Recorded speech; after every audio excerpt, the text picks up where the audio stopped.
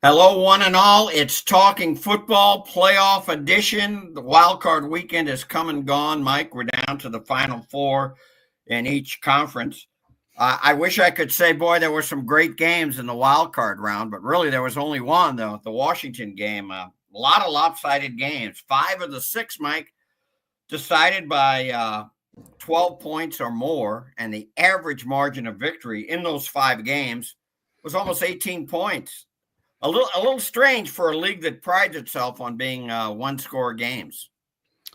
Well, I think obviously the teams that peak at the end, the guys that have been around a while, they know how to do that with their team too. Like the Rams, for instance, they rest all their guys, even though they're going to get somewhat stronger opponents supposedly, and then they dispatched them pretty easily. So I think the veteran guys, the guys that have done it a little bit, do a better job of getting their teams ready for the playoffs. Is there a danger of teams? The stakes are so high. It's win or go home. If you fall behind, is there a danger of the team, I don't know, panicking a little bit? Yeah, I mean, it's hard because, like we've talked about this before, you go from the preseason game to regular season. It's a huge jump up for young players. They don't realize that until they get into it. But young players, too, don't realize what significant difference in intensity it is from regular season to playoffs. I mean, it's you lose, you go home, and there's that intensity and that it's more physical, it's faster. Every little mistake gets magnified, and it's very difficult then to make up space, to come from behind, because people are not going to sit on their thumbs and play prevent defense. They're going to try and bury you and keep you out. Yeah, and that actually happened in a lot of the games this weekend. We'll get into them here with the coach, Mike Martz, JT here. Where teams jumped out early and just ended up routing the other team. It started with the first game Saturday. Texans upset the Chargers 32-12. The Chargers were a slight favorite, I think 2.5 points, even though they were the visiting team. Mike, both you and I, this is one of the games we got wrong. I just thought the Chargers, Herbert was playing so well, and boy, he had a rough game, Mike. He had only 3 interceptions during the regular season, and he threw 4 against Houston. Now, he threw no more than 2 in any of his previous regular season games, so this was very out of character for him. He also he was 14 out of 32, so below 50% passing. It was his lowest completion percentage of his career, and he's been in the game now 5 seasons. And only the second time he was below 50%. What did you see out of Herbert? What was missing there? I don't think there's anything wrong with Herbert. He missed a pass or two, but 2 things. I think they don't have anybody at receiver at all. They've got the kid that they drafted, McConkey. Yeah, he's a good third receiver. He's the best player they got. The number 1 pick, Johnson, he looks like a volleyball player out there. He keeps setting the ball to the defense. He doesn't have the best hands, is what you're saying. Oh, it's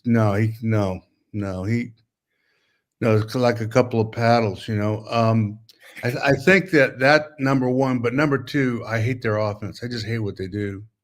There wasn't much ingenuity. There wasn't anything, where they're trying to attack something, take advantage. They couldn't change gears and help the quarterback. And I thought it was a horrible job on offensive coaching, just horrible. And then, of course, they don't have any receivers. So that being said, I thought Herbert played good. They couldn't run the ball, Mike. No. 18 carries, 50 yards. That's like 2.8 yards a carry. You very few teams can not run the ball and do well. You have to be, and you and I have talked about this before, you have to be exceptional as a passing team to not in the playoffs to get by without running the ball. You guys did it in Super Bowl 34, where the Titans just crammed the line of scrimmage. And so Kurt Warner threw for over 400 yards, which was a Super Bowl record forever.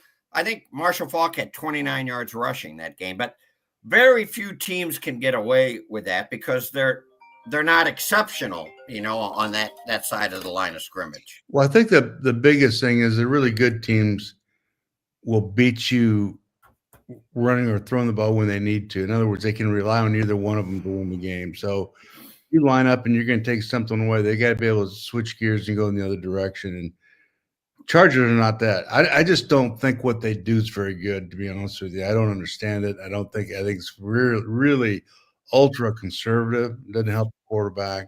Yeah. Quarterback friendly offense, and they don't have anybody to throw the ball to.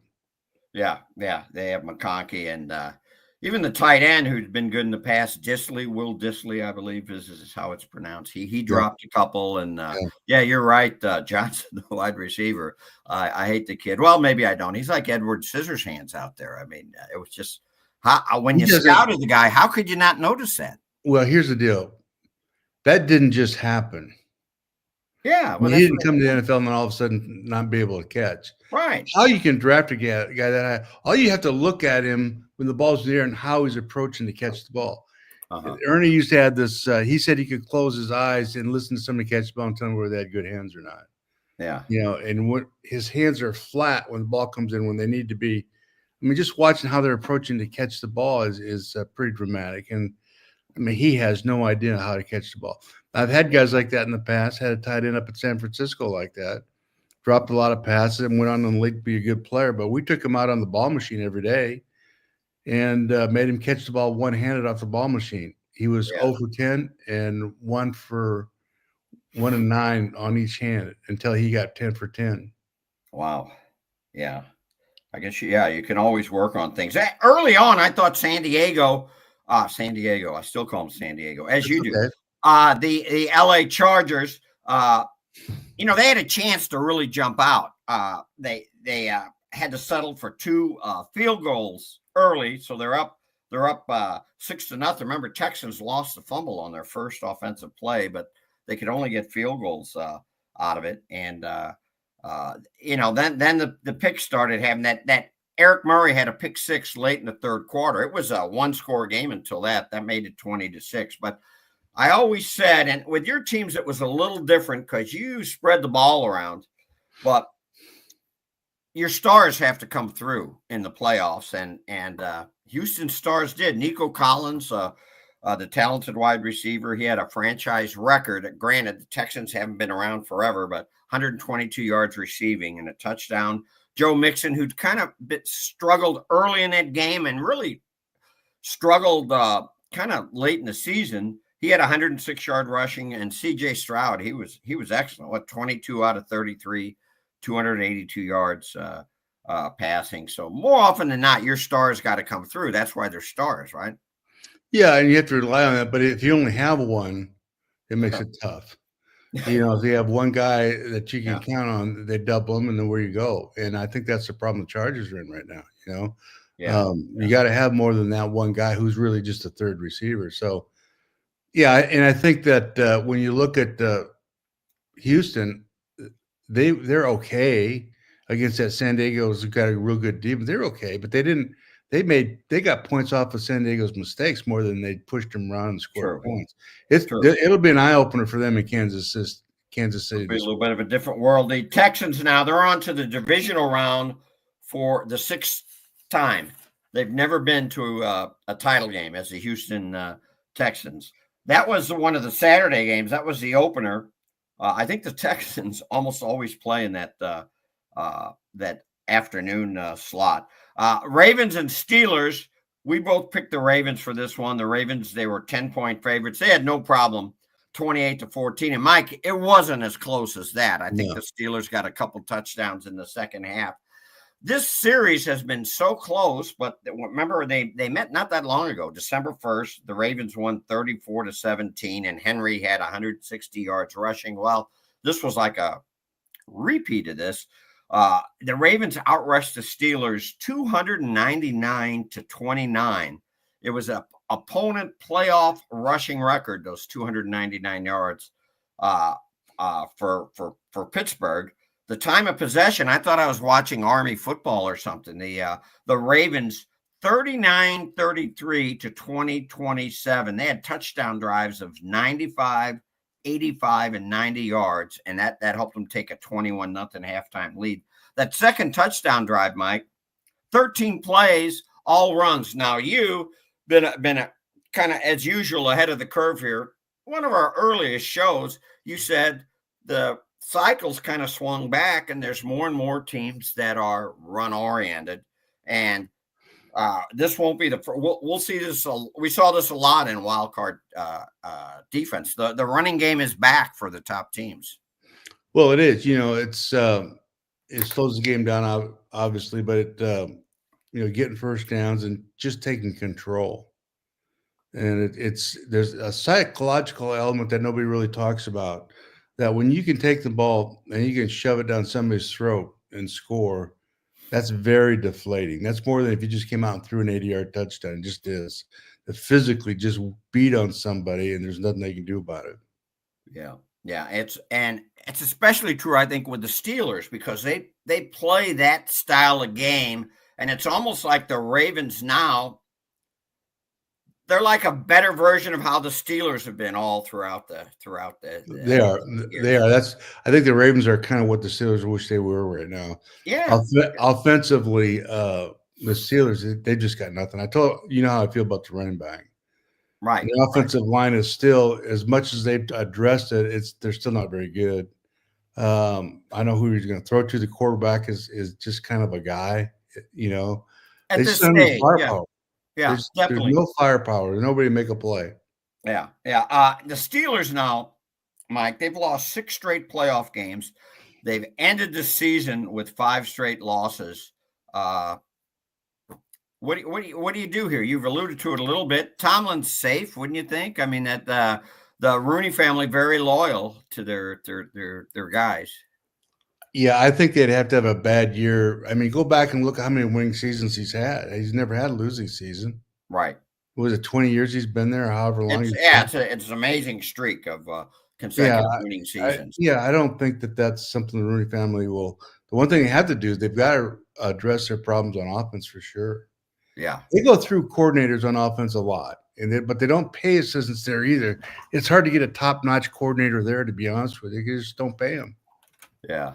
And what do you do at quarterback? Like you said, when they first got him, when they first put Russell Wilson in the lineup, they had a little bit of a bump, but he just, time catches up with everybody, and it looks like he's definitely on the, he's near the end. Draft one, and I would also sign the best free agent I could find. You got to have 2 to 3 have your phone ready. Maybe Sam's the guy to go there, right? So you just never know. Yeah. Okay, so we go to Sunday now, and we had the Bills and the Broncos. We and I know, Mike, you think highly of the Broncos, but we both picked the Bills. And this was a close game for a while, a little bit of a shock at the start. Troy Franklin got behind the Bills defense and scored a long touchdown, 43 yards, I think it was, from Bo Nix. So Denver jumped to a 7-0 lead. And that was it. Next 31 points belonged to the Bills. Now, it was only 10-7 entering the third quarter, but the Bills were on their game, Mike. They don't panic when something bad happens. And, Josh Allen, my goodness, 20 for 26, 270-yard passing, two touchdowns. He also helps rushing.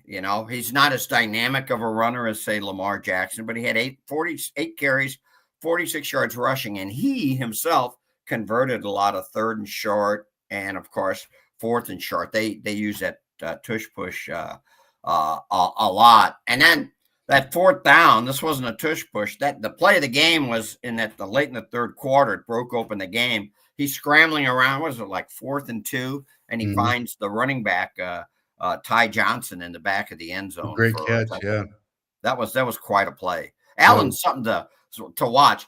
I asked you last week who your rookie of the year was, because Bo Nix and Jaden Daniels, and you said Daniels. Who's your MVP? Now, keep in mind, to our listeners and viewers, the voting is always done at the end of the regular season, so playoff football doesn't affect the voting because the votes are already in. But who would be your MVP? Would it be Barkley? Would it be Allen? Would it be Lamar Jackson, Jared Goff? What do you think? Really good ones to choose from, but I just think Josh Allen, he's the best he's ever played. The impact he has, you take him away and they have no chance almost. I mean, they're good, but I mean, he is so dynamic and so good at what he does. And Derrick Henry, of course, has had big impact. Lamar, but he pulls out these games at the end like nobody's business, And in the fourth quarter, they just kind of own the fourth quarter. They do, and Yeah. they're kind of living under a star. They're playing with great energy. They got Milano back, got some defensive guys back. Their Achilles heel will be the ability to stop the running game. Yeah, for sure. And we'll get into that in our last segment when we preview the divisional games. But Josh Allen, you look by the numbers, Lamar Jackson's are better almost across the board. But I think you hit on it. You gotta when you said without him, they'd be good, but not a great team. But you look at all the players they lost. Stephon Diggs.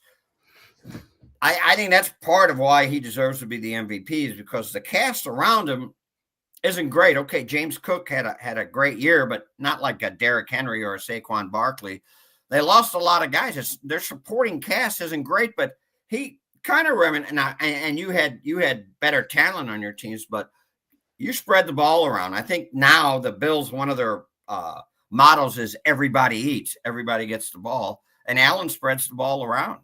Well, and that you got to give credit to the coordinator for that too, because he's affected Josh as well.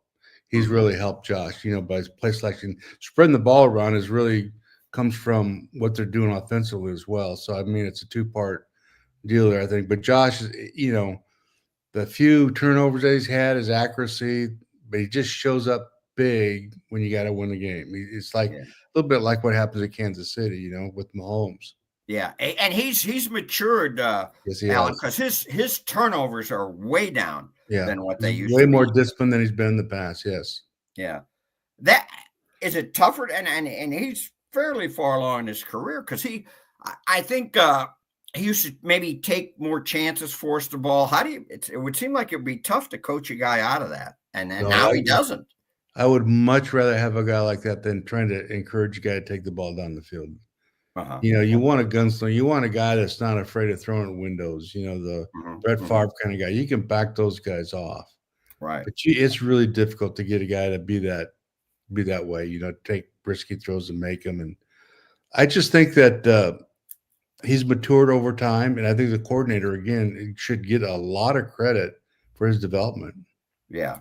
Now this was a game. This was kind of like the Baltimore Steelers game where time of possession and the running game, although the Bills had more passing yards. Bills had 210 yards rushing. Denver, as we've talked, not a great rushing team. They got outrushed 210-79. Time of possession was even more lopsided than the Steelers game. It was almost 42 minutes to 18 minutes in favor of Denver. Poor Bo Nix, he was okay in the game, when you say maybe better than okay. They never had the ball. No, they didn't.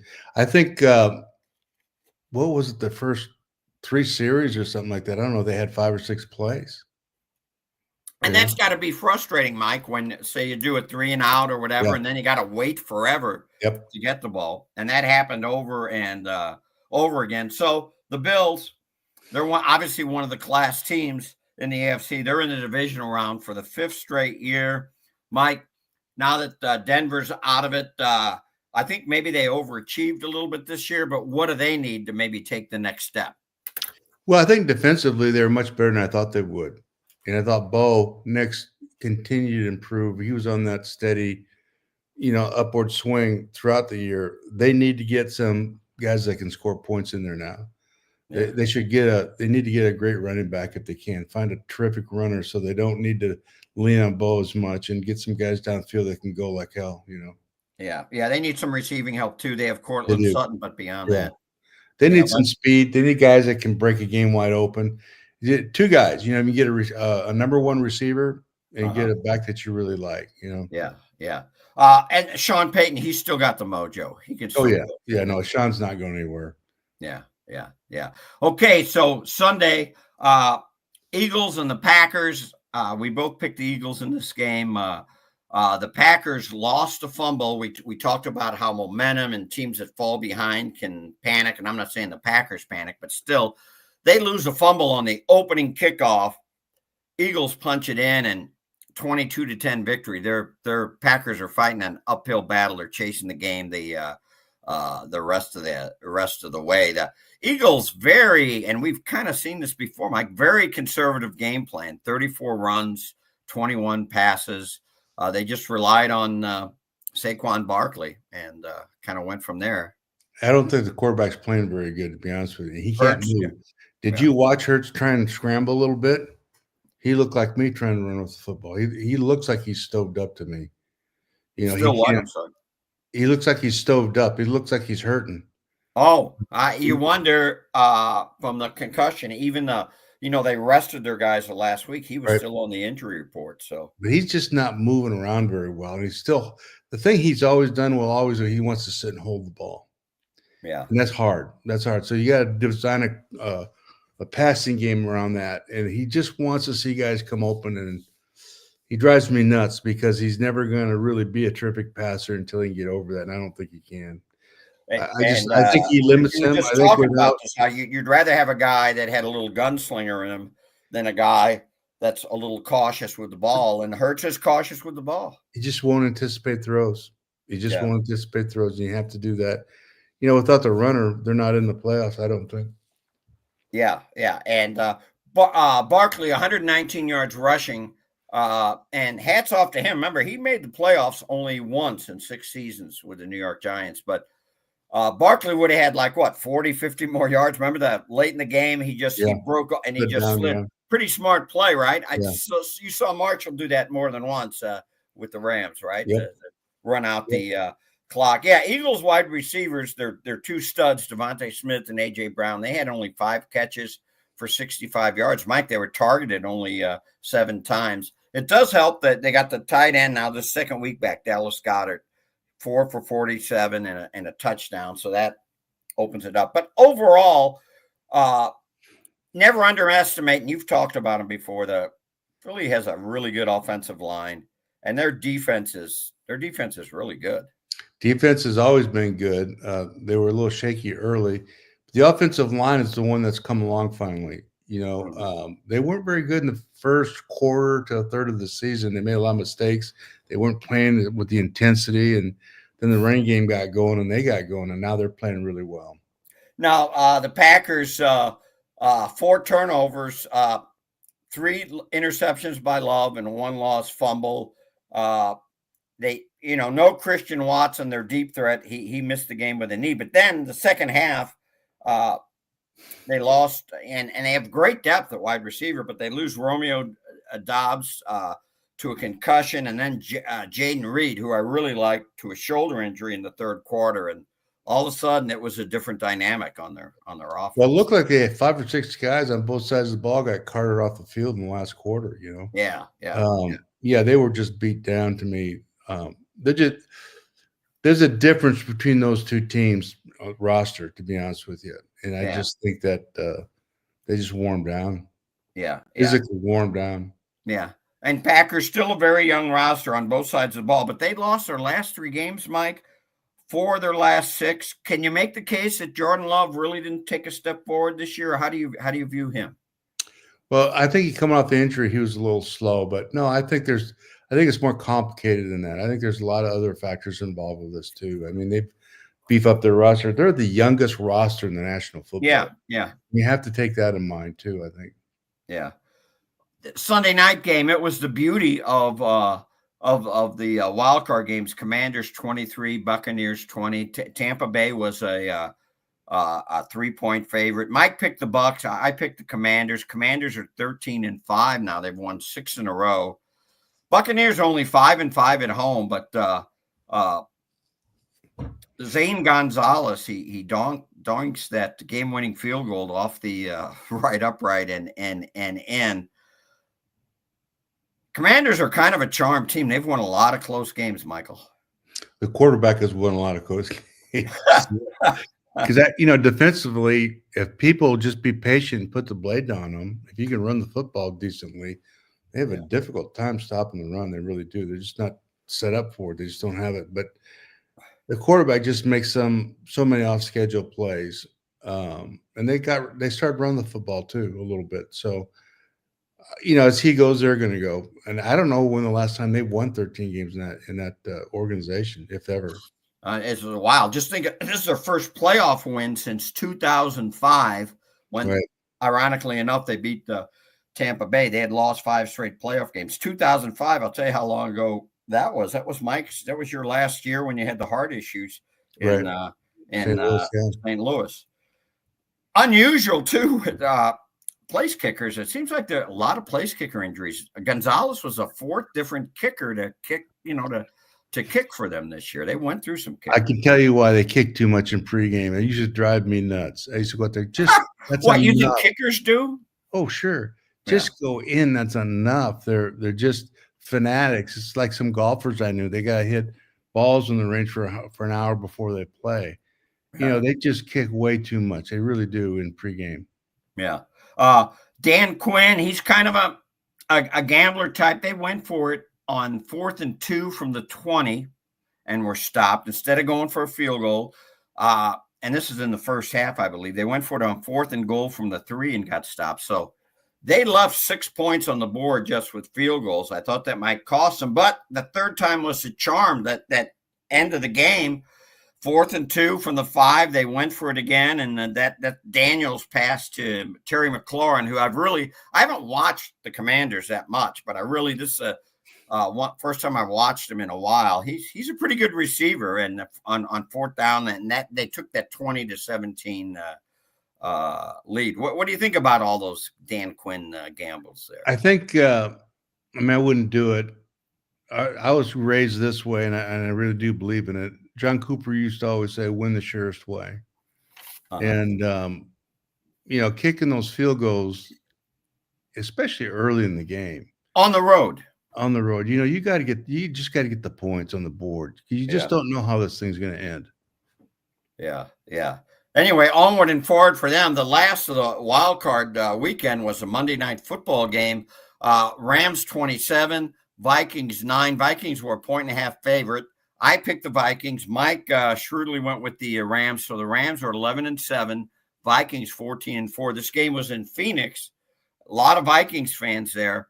And this was another game where one team jumped out quick and the other team couldn't come back. LA jumped to a 10-0 lead in the opening quarter. Those first 2 drives, Mike, we talked all year, and I think it's still a valid point how the personnel with the Rams, they don't get a lot of explosive plays, but this was different. They had receivers running open all over the place early in the game. Compare them to the Chargers. That's coaching, to be honest with you. He did a great job of preparing that game plan and attacking that defense and getting guys, out of position defensively and taking advantage of everything. And that's a difference right there. It really is. And I know they've got some better players at wide receiver, et cetera, but he's fun to watch because he knows how to attack a defense, and it's interesting. Now he's so much different than his first year. When he lost that Super Bowl, they had a game plan and he didn't have the flexibility to change. New England went in there, played a 5 down look, and he didn't know what to do to it. Well, that was the end of that. That never happened again. Yeah. Speaking of Sean McVay, of course. Okay, Sam Darnold, his first playoff game.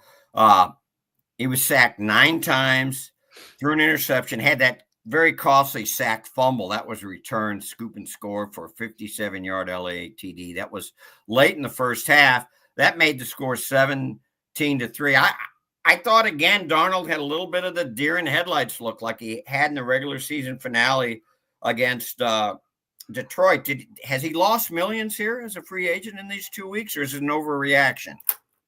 For me, it's an overreaction, but I'm sure he's lost millions because you can't 2 weeks in a row like that. But I think you have to put some of that blame on coaching.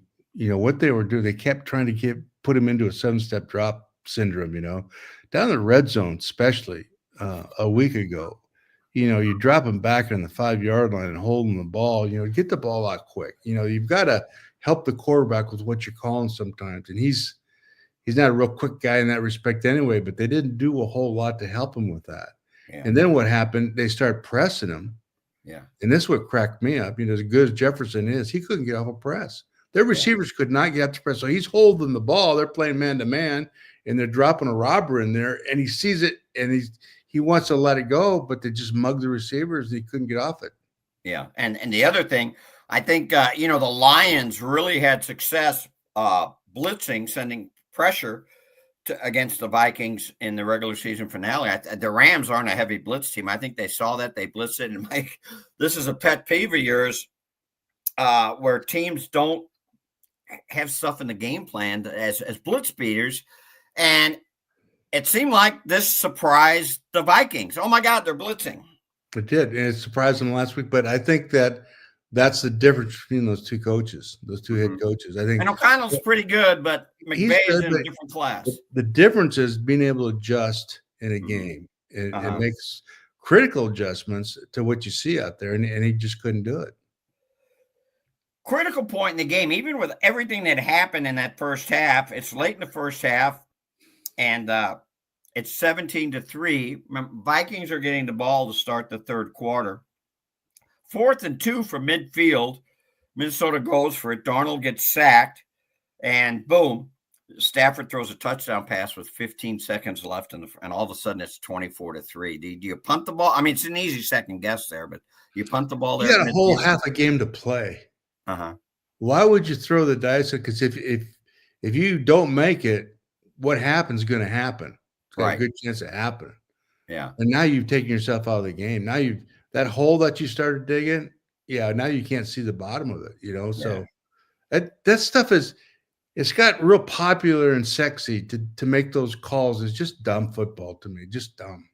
Well, and here's the thing. It's 17-3 if you just punt it there. You get the ball to start the half. Yes. Score a touchdown. It's a one-score game, and you have basically all the second half left. So that was a little bizarre. There's a little panic to that. In other words, you're telling your defense, too, I don't think we can stop them.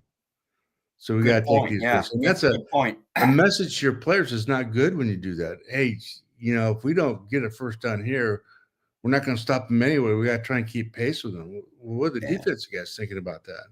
Now, Minnesota, 15 of its first 16 games, Mike, they scored 20 or more points. They scored 30 or more points 7 times during the regular season. Yet, at the end, only 9 points against the Lions, only 9 points in the playoff loss to the Rams. If you're Minnesota, how do you approach next year? Well, what happened is Jefferson was not involved in this. They just took the defense just took him out of the game. Yeah. And where he was lined up, it was pretty easy to take him out. You got to move. You got to hide him and move him around. Put him in the backfield. I mean, there's so many things to do with him. And there's Put him in motion, maybe. But I mean, there's got to be an answer. I mean, he seriously got shut down in this game. Those corners just clamped him up, and he couldn't get off the press. They kind of seemed like that, and that strong running game for Vikings all year. Now, granted, when you fall behind by a certain amount, you got to be more pass oriented. It seemed to me like they went away, and I know Aaron Jones wasn't 100%. Seemed like they got away from the running game pretty quick. They did, but they still got themselves when ran the ball into third down situations, and that. But when they're playing man to man like that, you've got to get the ball up, be able to get out with slants or back out of the backfield and pivots But against the man-to-man stuff, they're still throwing these 7-step long count. Yeah. You're going to get sacked. Yeah. You're not going to hold up. Yeah. Do you think Darnold's back with Minnesota? Or No, I don't think so. You think they have Daniel Jones as a safety? Remember, they signed him. I think Daniel Jones is so they go with J.J. McCarthy, and they have Daniel Jones in the wings? I think Daniel Jones is a backup. I think J.J. McCarthy is as good as there is, potentially. Mm-hmm. I think he'll come in and play next year. I think Sam Darnold will get a contract someplace and play well for somebody, Yeah. Yeah, there are definitely teams that need quarterbacks. A very long first segment, lots to go over, but we'll be back after these messages. We're going to ask Mike a couple questions. Let me get this straight. Gray Bar is a distributor? Yep. For more than 150 years, we supported electrical and datacom projects all over the country. So you can get me products wherever and whenever I need them? Yep. Thanks to our expansive national logistics network. For any industry? Yep. From construction sites and industrial plants to schools, hospitals, and just about everything in between. So you could say Gray Bar is much more than a distributor? Yep, you could say that. They really do it all. Yep. When you need a hand powering, connecting, or maintaining your operations, join the thousands of professionals who rely on Graybar to help keep them up and running. Yep, Graybar does that. We are back. Mike, we had a great time yesterday at the National Football Foundation luncheon. That's always a good time. A lot of former high school coaches. And let me tell you, listeners and viewers, they love, I got a lot of feedback afterward. They love hearing your stories and just you breaking down the football. You're a big favorite there. I had people tell me that's always the most. We've gone there a couple of years in a row now, and that's always a favorite. So they really loved you, Mike, and I guess they like me. But that's a good time. You seem to have a good time, Michael, huh? I enjoy it, because they're football people, and their questions are always good, and they understand what you're talking about. It's a lot of fun. Anytime you talk football, it's always fun. And they do a great job. They raise money for scholarships. And it's not like for the top high school. It's just for good football players that are also good students. So I encourage anyone to join, especially high school coaches. I think they're having trouble getting maybe some of the younger high school coaches involved. But it's the Tom Lombardo Foundation. You can find them online, and I recommend it to anyone. Okay, Ask Mike, our old friend and my future daughter-in-law, Marissa from D.C., she checks in this week, and I know who she's talking, and you'll know too. She wants to ask Mike, have you ever had a player reading a book in the middle of a game on the sidelines? No. What do you think of that, Mike? A.J. Brown was reading a book on the sidelines during the game. I don't know. Is a self-help book of some sort, I guess. Yeah, it was called Inner Excellence by Jim Murphy. And after all the publicity they got, I guess a cameraman showed the title. Yeah. It's gone from like number 500,000 on the Amazon bestseller list. It's number 1 on the bestseller list. So get out of here. Seriously? Yeah, on Amazon. Yeah. It shows you what a little publicity. I'm not so sure that wasn't planted there like the big pin. And as soon as the camera came over, he pulled it out, but who knows?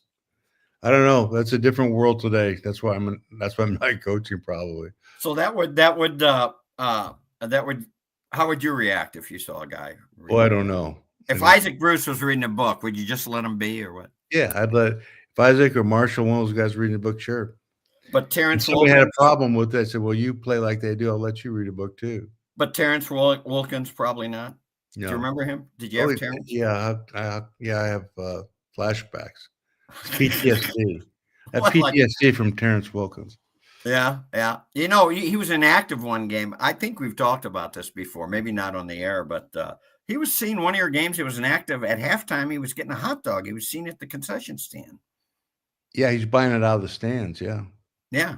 Crazy. He wasn't in the concession stand. We were on the sideline, and he was buying it out of the stands. Stop it. What? He went over by the stands and bought it? Yeah, he has gear on. He was in the game. Oh, I thought he was a No. Stop it. For real? Are you for real? No, yeah, he was acting out. I got after him for a couple of things, and he was just acting out. His head wasn't in the game. He didn't want to play. Yeah. And we went in coming out from halftime, and there were 10 guys in the huddle. He's supposed to be in the huddle. He didn't. He was over goofing around. Wow. He wasn't in the game. So, needless to say, by the time we got home, he was released. But, that was a nightmare. He was not at the concession stand. There you go. He bought it from a vendor in the stands. Mike, back when I covered Mizzou, they lost 77-0 to Oklahoma. This is the time I actually saw a player eating a hot dog. Do you remember Brian Bosworth, the linebacker? He had his shoulder pads off, and he's leaning back over the fence early in the second quarter eating a hot dog. But here's the thing. He was done for the game. They were up 48-0 at halftime. So as unusual as that was, he wasn't playing. So have some decorum, have some respect for your teammates, Okay, one other one. This is a new one here. New, as far as I can recall, a new listener, Tori from Imperial. A little more down Main Street question. Does your approach to playoff football as a coach, is it different than the regular season? That's a good question. It is. I mean, just whether you know it or not, your intensity spikes up too. Your adrenaline just goes up another notch when you prepare. And you have to be careful because you have the whole season now to reflect back on when you make your game plan about what they do. So you have to pick and choose what you want to look at. Otherwise, there's so much information you can't sort through it. So you have to do what you do, but you have to be selective about the data and the film that you want to look at when you create your game plan. It's tough.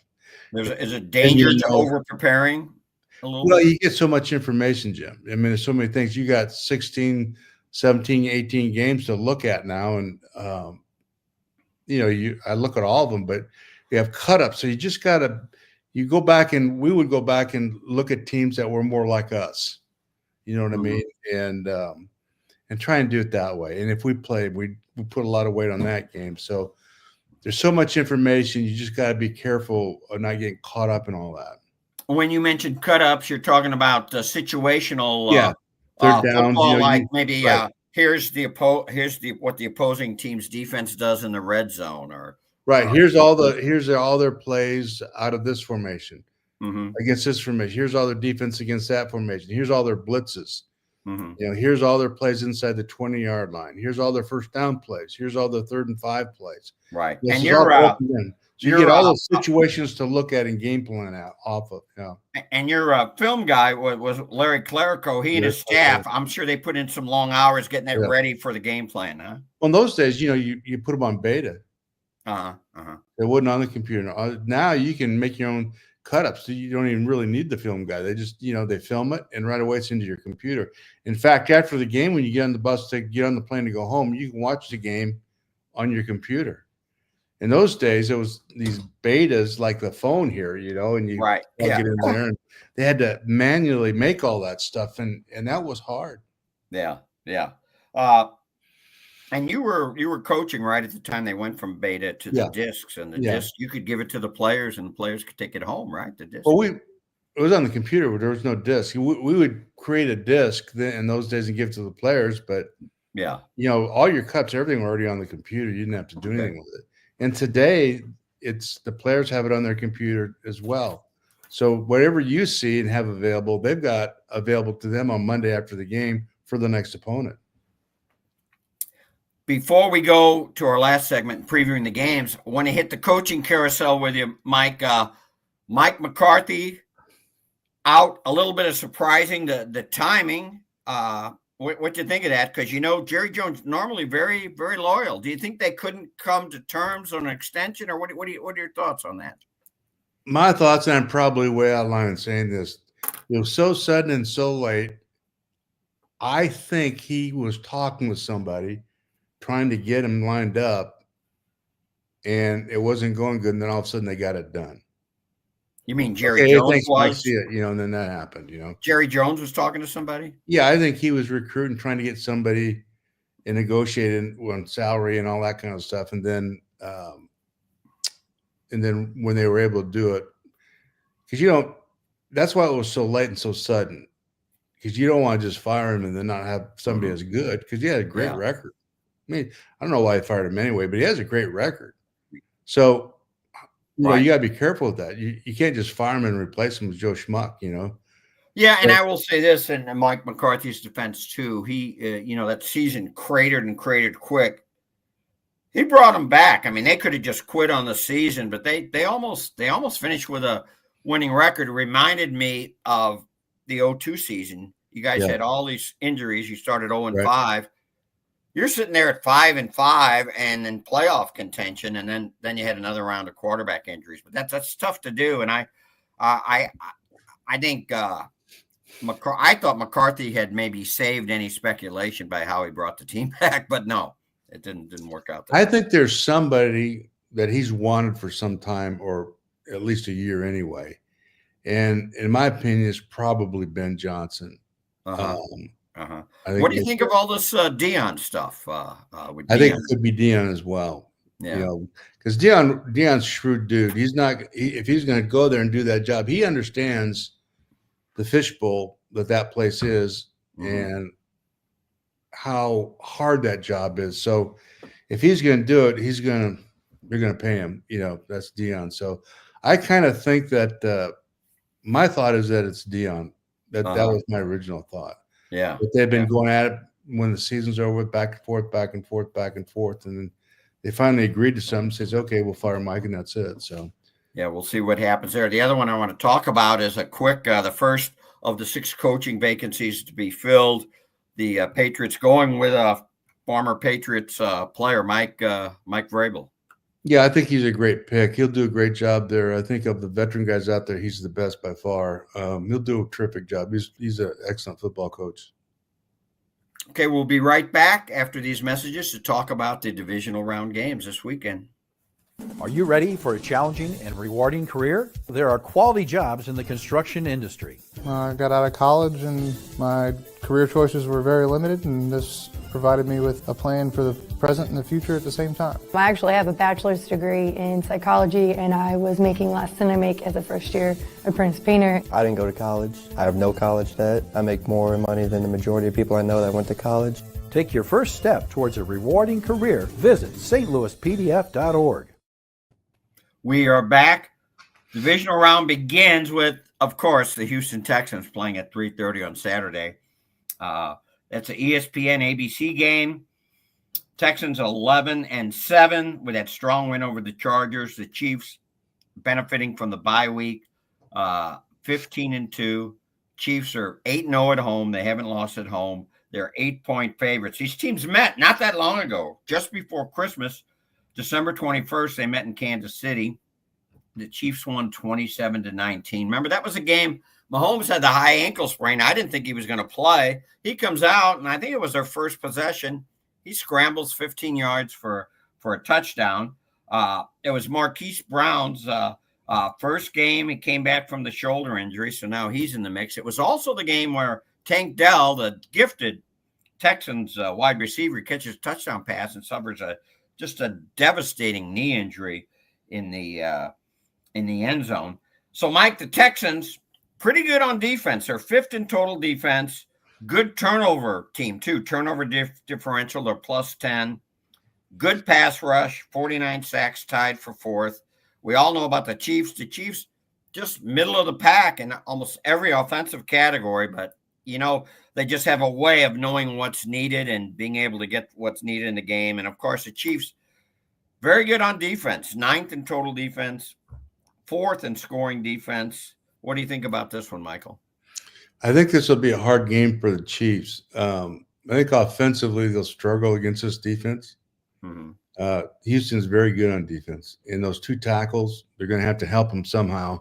And I know all the firepower they got, but with that firepower, they're still not playing great offense. So no. I'm tired of hearing that. And you're right. The Achilles heel all year for the Chiefs has been the 2 tackles, getting the pressure there. Who's the big pass rusher for the they have 2 of them. Texans? Will Anderson. So yeah, they've got 2 good pass rushers. So I think it'll be hard.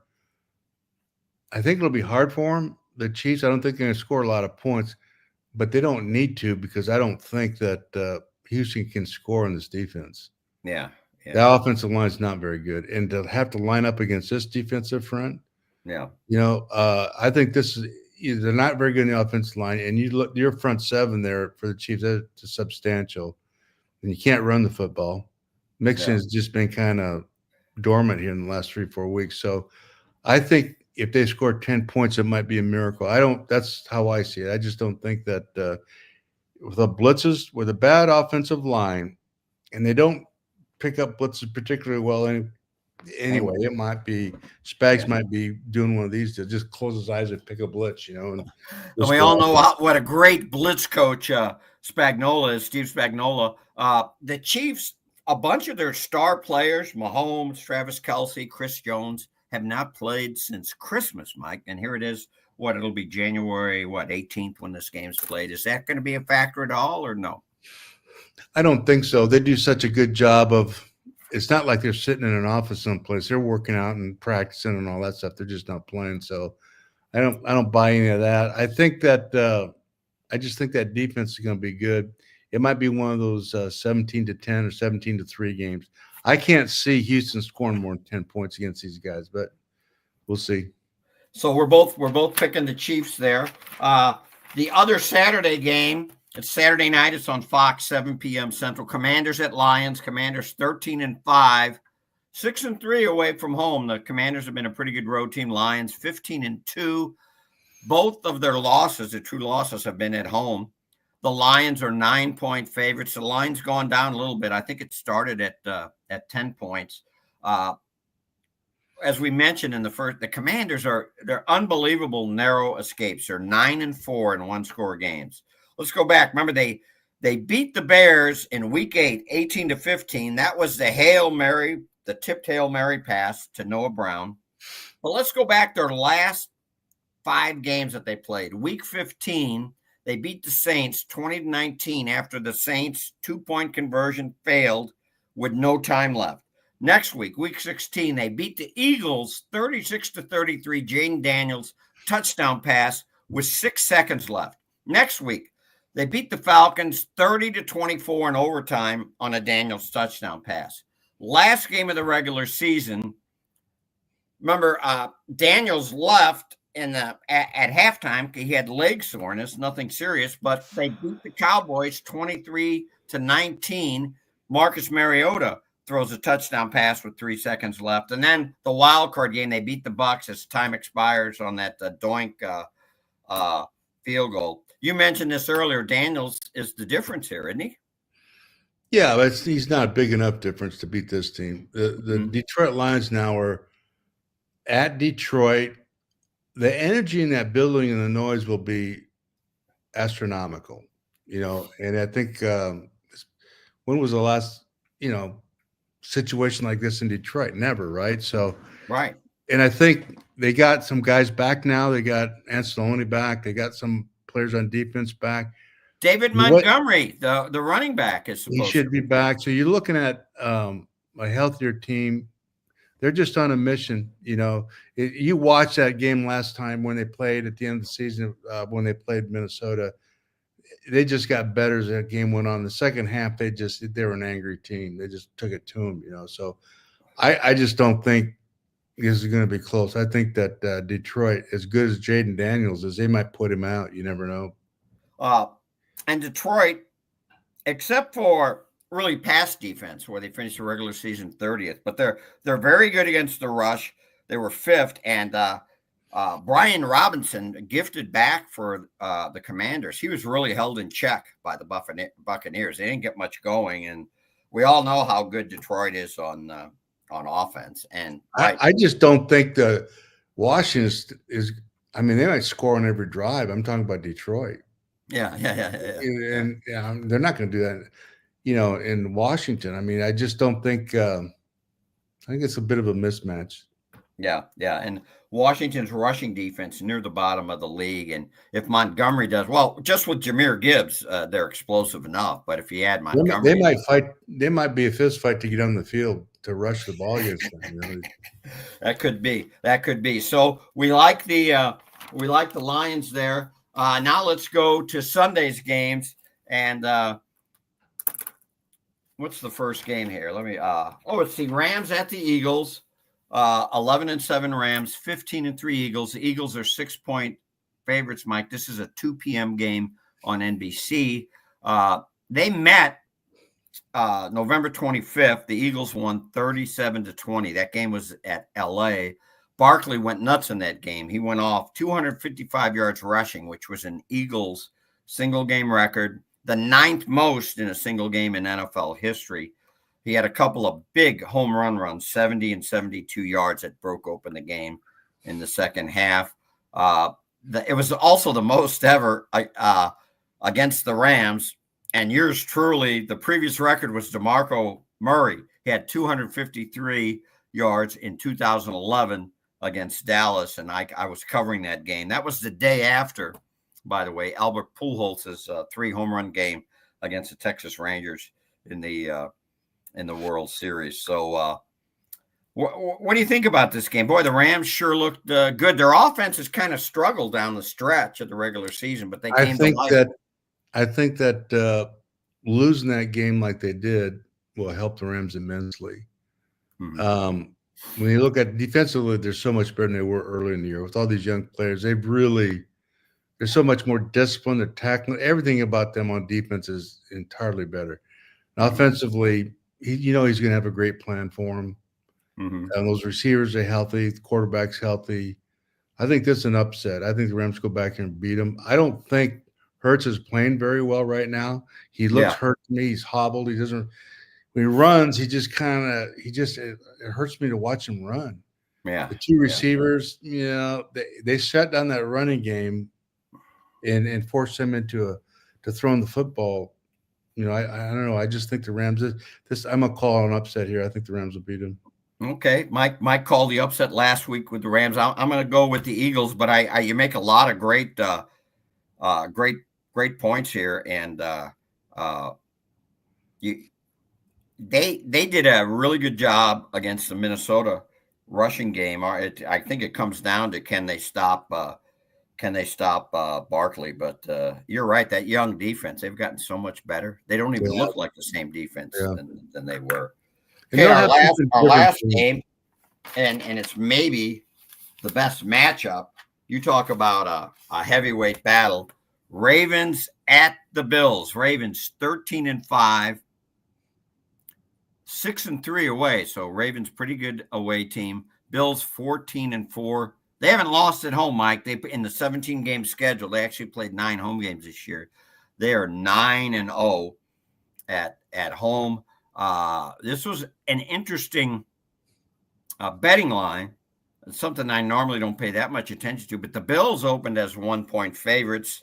Now the money's gone over to the Ravens. The Ravens are 1-point favorites, and that may not seem like a lot, but a 2-point swing is pretty noteworthy in the world of gambling. Now they also met. It was week 4, very early. But I remember us talking about it. Remember the Ravens just, oh my gosh, they browbeat the Bills. King Derrick Henry rushed for 199 yards rushing. He had an 87-yard touchdown run, his first handoff.